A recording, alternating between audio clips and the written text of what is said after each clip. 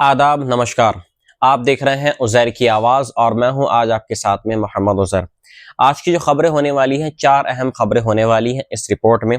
पहली जो अहम खबर है वो है नॉर्थ कोरिया की तरफ से, क्योंकि नॉर्थ कोरिया ने अपनी 18th एनिवर्सरी परेड में एक हॉसॉन्ग 20 आईसीबीएम, एक इंटरकॉन्टिनेंटल बैलिस्टिक मिसाइल को एक मतलब ये कि लोगों के सामने शोकेस किया है और पूरे वर्ल्ड को दिखाया है कि अब नॉर्थ कोरिया के पास में एज ए एटॉमिक और परमाणु कैटेगरी की एक और मिसाइल उसने डेवलप कर ली है। इसके अलावा ट्रंप ने चाइना के ऊपर 100% का दोबारा से एक टैरिफ और लगा दिया है। The US president's announcement comes after China please to impose restrictions on export of rare earth minerals. China ने भी अभी 2 से 3 दिन पहले अमेरिका की कुछ जो कैटेगराइजेशन है उसके ऊपर मतलब ये कि टैरिफ लगाया था, कुछ शिपमेंट वगैरह के ऊपर टैरिफ लगाया था। बदले की कार्रवाई में डोनाल्ड ट्रंप ने यानी अमेरिकन गवर्नमेंट ने अब 100% का टैरिफ लगा दिया है चाइना के ऊपर। इसके अलावा India to reopen embassy in Kabul after 4 years hiatus amid new Taliban ties.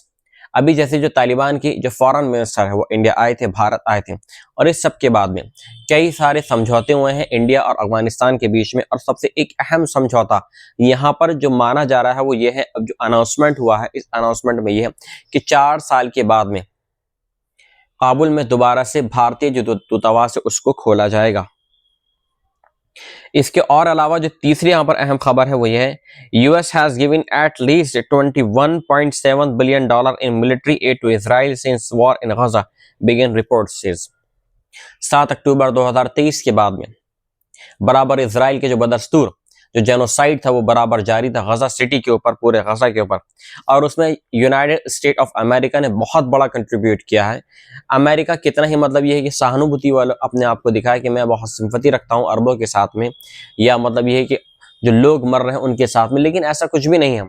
America की जो डिफेंस इंडस्ट्री वो बहुत ज्यादा इससे इम्प्लीमेंटेशन हुआ है उसमें, क्योंकि बराबर जैसे जैसे अमेरिका के पास में खजाने उसके आए और दूसरे ममालिकों से जैसे सऊदी अरब, कुवैत, कतर, बहरीन, यहाँ पर जा जाकर डोनाल्ड ट्रंप ने जो ट्रीटी साइन की है, जो मतलब ये कि समझौते साइन किए हैं, और बिजनेस के लिहाज से भी बहुत बड़े उनको कॉन्ट्रैक्ट मिले हैं, अमेरिका को कॉन्ट्रैक्ट मिले, और इस कॉन्ट्रैक्ट्स में बहुत पैसा आया है अरबों की तरफ से अमेरिका के पास। और ये सब पैसा कहाँ लगा है? ये सब पैसा लगा है फिलिस्तीन के ऊपर, यानी गजा के ऊपर, जो वहां पर जो बमबारी हुई है। इसके अलावा सबसे लास्ट जो एक चीज है कि अभी ट्रंप को ये कहा जा रहा था कि ट्रंप को मतलब नोबेल पीस प्राइज मिलना चाहिए, लेकिन यहां पर ट्रंप को अंगूठा मिला है। जी हाँ, कितनी ही यहां पर डोनाल्ड ट्रंप या अमेरिकन गवर्नमेंट इस चीज की वकालत करे कि यहां पर अमेरिका ने बहुत बड़े बड़े काम कर दिए हैं, बड़े बड़े जो वॉर है उनको सुलझा दिया है। इंडिया पाकिस्तान का भी जो हाल ही में कुछ टाइम के लिए एक वॉर एस्केलेट हुआ था, इससे पहले कंबोडिया और थाईलैंड का वॉर एस्केलेट हुआ था कुछ टाइम के लिए। और सबसे एक अहम बात यहाँ पर जो अभी 2 से 3-4 साल से चला हुआ आ रहा है, यूक्रेन और रशिया के बीच में वॉर, उसको तो उन्होंने सुलझाया नहीं। बराबर मतलब ये कि और जो दूसरी कंट्रीज हैं उन पर टैरिफ लगा रहे हैं कि वो रशिया के साथ में कोई भी डील ना करें। लिहाजा मैं बात करने जा रहा हूं नोबेल पीस प्राइज की। इस नोबेल पीस प्राइज को अभी जो मतलब ये कि अभी के जो मौजूदा हालात हैं वो डोनाल्ड ट्रंप को नहीं दिया गया है। इसके अलावा डोनाल्ड ट्रंप के अलावा वेनेजुएला की जो अपोजिशन लीडर हैं मारिया कोरिनो मैकाडो, उनको नोबेल पीस प्राइज मिला है। पूरी तफसीर के साथ में मैं सारी जो मतलब ये मैंने आपको कुछ हेडलाइंस बताई हैं, पूरी तफसीर के साथ में मैं आपको सारी ही रिपोर्ट के इसका आपको विश्लेषण करूंगा, एक्सप्लेनेशन दूंगा कि क्या आज पूरे मिडिल ईस्ट के अंदर, वेनेजुएला के अंदर चाइना के ऊपर क्यों इतना टैरिफ लगा, सबके बीच में, सबके बारे में मैं आपको तफसील से बताऊंगा।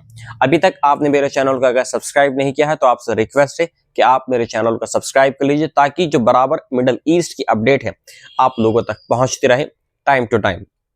पहले यहां पर बात कर लेते हैं नॉर्थ कोरिया के बारे में। North Korea showcased its newest and most powerful intercontinental ballistic missile, the Hwasong-20। इसका नाम रखा गया है, नॉर्थ कोरिया ने नाम रखा है Hwasong-20 ICBM intercontinental ballistic missile है, और इसको शोकेस किया है प्योंगयांग के अंदर। जो 18th एनिवर्सरी हुई है, जो पार्टी की जो रूलिंग पार्टी है उसकी 18th एनिवर्सरी पर इस मिसाइल को, बैलिस्टिक मिसाइल को शोकेस किया गया है। led by leader Kim Jong-un mounted on an 11 extra launcher. और जो मतलब ये है कि 11 टायरों वाला एक लॉन्चर होता है उसके ऊपर इस मिसाइल को रखा गया था। The Hwasong 20 is believed to be capable of carrying multiple nuclear warheads। और मतलब अभी जो मिसाइल बताई जा रही है, मतलब इस मिसाइल के में कई वारहेड कैपेबिलिटीज है कैरी करने के लिए। आसानी के साथ में उनको इंस्टॉल किया जा सकता है और आसानी के साथ में उनको किसी भी मिसाइल लॉन्चर से उसको छोड़ा जा सकता है। और ये जो कैटेगरी आती है ये परमाणु जो एटॉमिक टाइप की जो मिसाइल्स होती हैं, इंटरकॉन्टिनेंटल बैलिस्टिक मिसाइल, उस कैटेगरी की ये मिसाइल मानी जा रही है। Experts say the new missile powered by a carbon fiber solid fuel engine generating nearly 1971 kilotons of thrust। और अभी 1971 किलो टन का इसके अंदर थ्रस्ट निकलता है जब ये आसमान की तरफ ऊपर उड़ती है। और उन्होंने बताया कि जब मतलब इसको मतलब चालू किया जाता है तो इसको जो चालू किया जाता है कार्बन फाइबर सॉलिड फ्यूल के जरिए से इसको चालू किया जाता है, क्योंकि इसका जो इंजन है वो सॉलिड जो फ्यूल है उसी के अकॉर्डिंग बना हुआ है। ए बुलवार्क फॉर इंडिपेंडेंस अगेंस्ट वेस्टर्न हेगेमनी। और इस सब को, इस मिसाइल को क्यों शोकेस किया गया? इस मिसाइल को शोकेस करने का मतलब प्योंगयांग का ये था, किम जोंग उन का जो लीडर है नॉर्थ कोरिया का, उसका मकसद यहां पर यह है कि वो पूरे वर्ल्ड को एक तरफ आप उठाकर रख दिए। वेस्टर्न को यह दिखाना चाहता था कि नॉर्थ कोरिया के पास में अब इस तरह की कैपेबिलिटीज की मिसाइल भी अगर आ गई है कि कोई अगर नॉर्थ कोरिया के ऊपर कोई अगर अटैक करना अगर चाहेगा तो अटैक करने से पहले 100 बार सोचेगा। जैसे ईरान और इजराइल के बीच में हुआ। देखिए यहां पर ईरान और इजराइल का जो यहां पर मामला था वो बहुत ही अलग मामला था, लेकिन ईरान ने बराबर अपनी कोई सी भी जो मिसाइल हैं बराबर उनको शोकेस नहीं किया वेस्टर्न के सामने या कोई भी और दूसरे मुल्क के सामने, लेकिन उनको जो शोकेस किया है उसने तुरंत मतलब जो वॉर हुआ है उस बीच में उन सबको शोकेस किया है। धड़ाधड़ उसने मतलब ये कि मिसाइलें मारी है इजराइल के ऊपर और इजराइल की कमर तोड़कर रख दी। एंड में आकर हम और आप सभी जानते हैं कि अमेरिका के जो प्रेसिडेंट है डोनाल्ड ट्रंप, उनको बीच में आकर मतलब ये कि सुलहनामा कराना पड़ा, सीज फायर कराना पड़ा, तब कहीं जाकर ये वॉर रुका है। नहीं तो ईरान ने जो उसका हाल कर रखा था हाइफा का, तेल अवीव का और इसके अलावा जो और दूसरे जो बड़े शहर थे इजराइल की, वहां का जो बुरा हाल कर रखा था वो हम और आप सभी जानते हैं कि क्या हाल हुआ था। लिहाजा यहाँ पर एक बात बताने की यहाँ पर यह है कि नॉर्थ कोरिया हुआ, रशिया हुआ, चाइना हुआ या ईरान हुआ या बेलारूस हुआ, ये सारी ही एक मेन अलाइन है। तो रशिया, और अगर रशिया के ऊपर कोई अटैक करता है तो मतलब यह है पूरा जो आने वाले टाइम में ये अलाइन एक हो सकते हैं। अभी मतलब यह है कि सब कुछ बोल रहा है, रशिया ये बोल रहा है, चाइना ये बोल रहा है कि हम ईरान को सपोर्ट नहीं करेंगे। बहरहाल यहां पर सबसे इंपॉर्टेंट थिंग बात बताने वाली ये थी कि किम जोंग उन ने एक अपनी ताकत को दर्शाया है, अपने मतलब रुतबे को दिखाया है कि उसके पास में, उसकी कंट्री के पास में कितनी कैपेबिलिटीज की जो मिसाइलें हैं वो हैं, और एक एक मिसाइलों से कई कई वॉर हार्ड निकल सकते हैं, और जो मिसाइलें हैं जो एटॉमिक वॉर हेड है उनको भी वो कैरी करने में कैपेबल हैं। इस चीज को नॉर्थ कोरिया ने अपनी इस परेड में दिखाया है। इसके अलावा बात कर लेते हैं ट्रंप की, क्योंकि ट्रंप ने यहां पर अब दोबारा से चाइना के ऊपर 100% टैरिफ लगा दिया है on Chinese goods, escalating trade tensions. और दोबारा से चाइना और अमेरिका के बीच में दोबारा से और जो ट्रेड एस्केलेशन है वो और एस्केलेटेड हो गई हैं। US President Donald Trump has announced a 100% tariff on all Chinese exports to the United Nations, a move that could ignite a severe trade war between the world's two largest economics। World की दो बड़ी largest economic है, China और America, और अगर इन दोनों के बीच में ये वॉर और ज्यादा एस्केलेट होता है, ये बिजनेस वॉर और ज्यादा एस्केलेट होता है, तो यहां पर पूरे वर्ल्ड को इसका इंपैक्ट भुगतना पड़ेगा। अभी हाल फिलहाल में आप देखिए कि गोल्ड की कीमतें क्या चल रही थी और आज की डेट में गोल्ड की कीमतें क्या है। आज की अगर मैं बात बताऊं, आज की डेट के हिसाब से आज है 11 तारीख अक्टूबर का महीना है और 2025 आज की जो डेट है, और इस डेट के अकॉर्डिंग अभी की जो हाथ है कम से कम आज की डेट में 2500 रुपए एक तोले के ऊपर भाव बढ़ गए हैं। ये है आज की गोल्ड के प्राइस। मतलब अभी 2 से 3 दिन पहले जो 25,000 था, 1,25,000 के आसपास था 10 ग्राम सोना, वो आज 4 से 5 दिन के अंदर अंदर उस पर 3,000 बढ़ चुके हैं। देखिए कितनी ज्यादा सुपर पावर के साथ में, एक रॉकेट के साथ में उसकी प्राइस बढ़ रही है, और जो आम आदमी वो खरीदने में कैपेबल नहीं है। अब ये सब क्यों हो रहा है? ये सब हो रहा है अमेरिका और चाइना के बीच में जो एक ट्रेड वॉर शुरू हो चुका है, टैरिफ पर टैरिफ लगाए जा रहे हैं। दूसरी तरफ चाइना ने भी मतलब ये कि कुछ जो उसकी कैटेगरी से शिपिंग कैटेगरीज, उस पे भी अमेरिका की, उस पर भी मतलब ये है कि इम्पोज किए हैं टैरिफ। इसके अलावा Trump said the new tariffs and exports control on critical software would take effect by November 1। इसके लिए एक नया मतलब ये कि सॉफ्टवेयर डेवलप होगा, लेकिन जो नया सॉफ्टवेयर डेवलप होगा वो 1 नवंबर तक डेवलप होगा, और उसको मतलब ये कि अमली जामा पहना दिया जाएगा, और वो मतलब इस्तेमाल में ले लिया जाएगा तब कहीं जाकर। क्योंकि आप देखिए जितना भी बिजनेस हो रहा है सब सॉफ्टवेयर के बेस्ड हो रहा है, एआई के कंट्रोल में हो रहा है। तो एक नया एआई टूल जनरेट किया जा रहा है, नया एआई जो सॉफ्टवेयर है वो अपडेट किया जा रहा है, और उसके हिसाब से जो नया मतलब सिस्टम है वो उसको रन करेगा। टारगेटिंग चाइनीज टेक सेक्टर, और इससे सबसे बड़ा जो नुकसान होने वाला है वो चाइना की जो टेक सेक्टर इंडस्ट्री है उसको नुकसान होने वाला है। His decision follows Beijing's recent restrictions on rare earth metal export।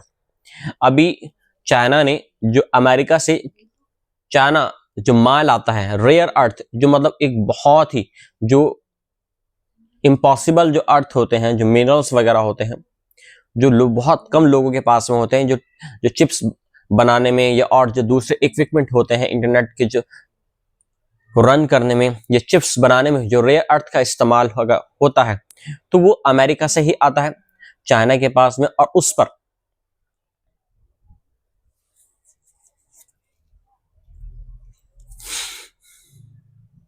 China जो है अपने यहां से जो रेयर अर्थ मिनरल्स है वो अमेरिका को एक्सपोर्ट करता है। लिहाजा इससे बहुत ज्यादा यहां पर नुकसान होने वाला है दोनों ही कंट्रीज को, क्योंकि यहां पर अब ट्रेड वॉर इस तरीके से छुड़ चुका है।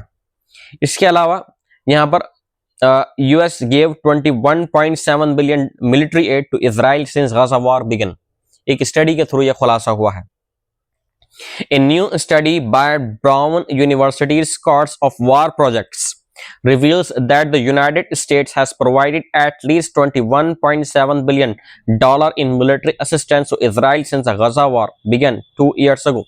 2 साल पहले 7 अक्टूबर 2023 के बाद में ये जो वॉर शुरू हुआ था, और इस वॉर में बहुत ज्यादा तरीके से अभी की रिपोर्ट आई है 21.7 मतलब 21.7 बिलियन डॉलर का अमेरिका ने जो इजराइल को जो मतलब वेपन्स सप्लाई कर रहे हैं, ये उसकी कीमत मैं आपको बता रहा हूं 21.7 दशमलव, अपने आप में एक बहुत बड़ी यहां पर रकम होती है।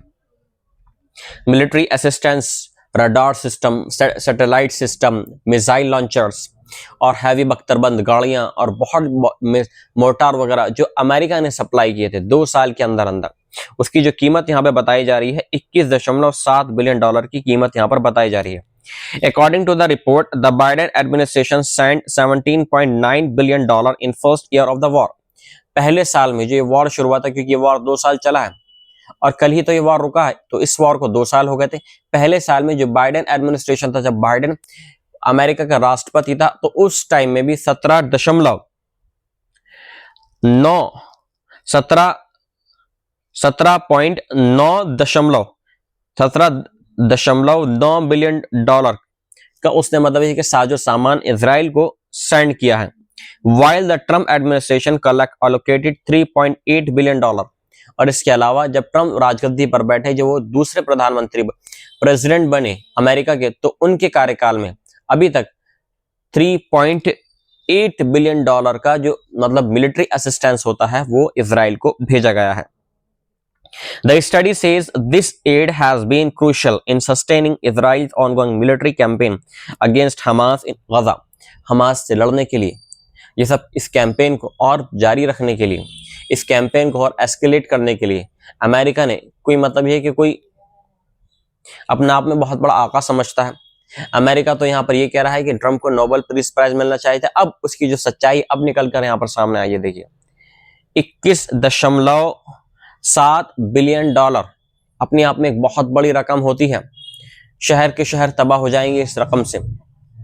इतनी बड़ी रकम है जो उसने इजराइल को जो एड के नाम पर उसने उसको सेंड की है, मिलिट्री एड उसको दी है।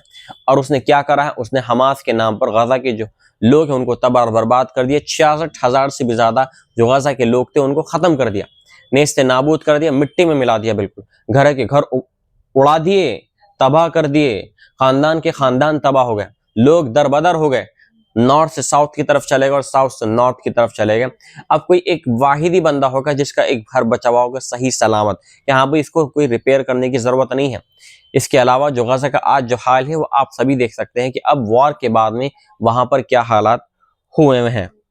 The separate report from the same project estimates that US has spent on additional 9.6 to 12 billion on security operations in border Middle East, including strikes on Houthi rebels in Yemen and Iran target.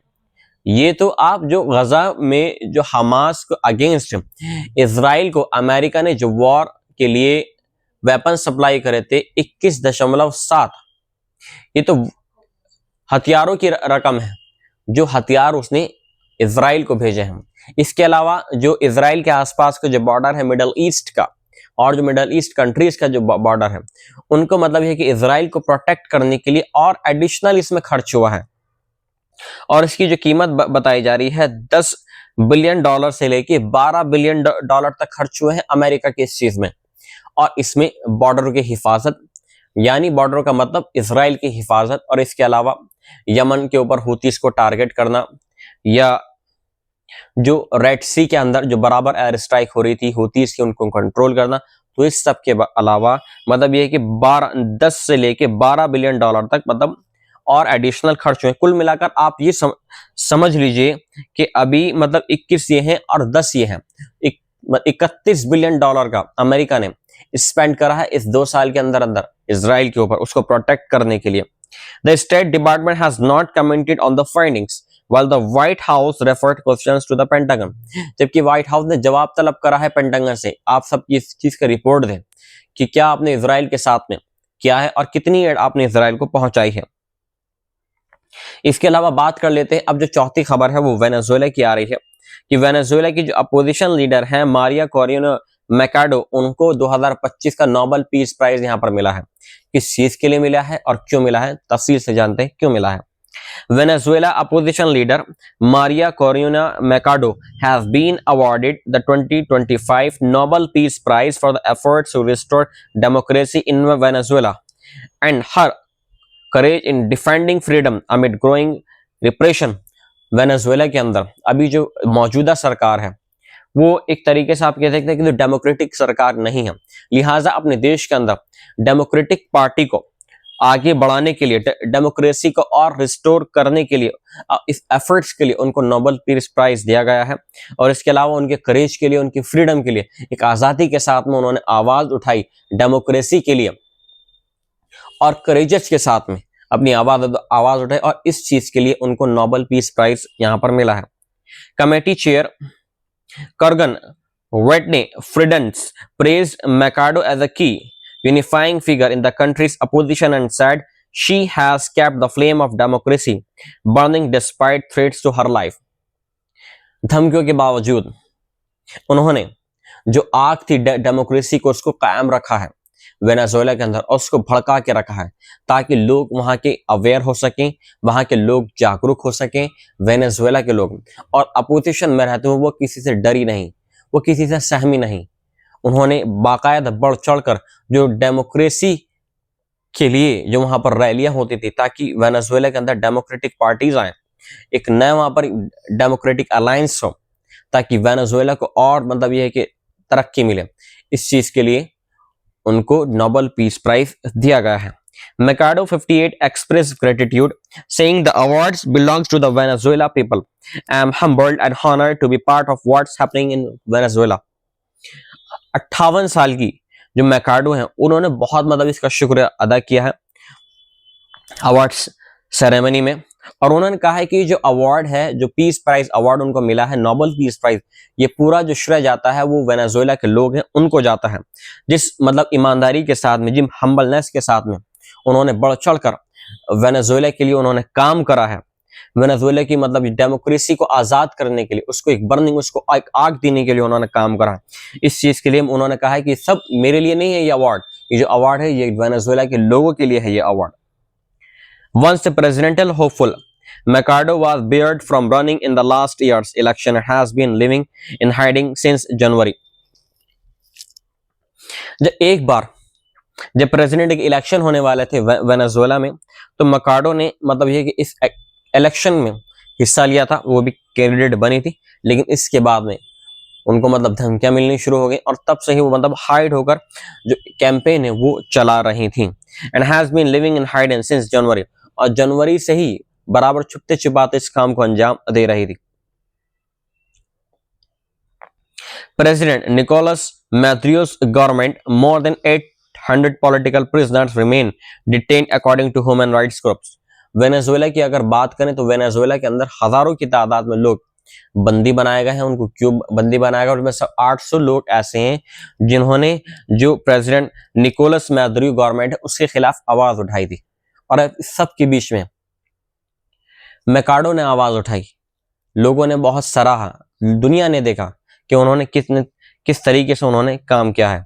बहरहाल यहाँ पर बात बताने वाली ये है कि तब जो मतलब ये कि सारा जो श्रेय लेना चाहते थे, क्योंकि उन्होंने तो कुछ भी नहीं करा, क्योंकि तो एक मतलब रियल एस्टेट टाइकून है, वो क्या कर रहे हैं, बैठे बैठे सब कुछ कर रहे हैं, सिर्फ एक अपनी आवाज उठा देते हैं, अपनी जबान हिला देते हैं और वो ये बोलते हैं कि सब कुछ उन्होंने करा है, जो भी वॉर रुका हुआ है। जबकि ये जो वॉर हमास का और इजराइल का जो वॉर हुआ है और ये रुक गया है अब, इसका सबसे बड़ा जो मतलब ये है कि जो श्रेय जाता है वो मिस्र को जाता है और कतर को जाता है, क्योंकि कतर ने भी एयर स्ट्राइक खाई है अपने सरजमीन के ऊपर हमास के खिलाफ।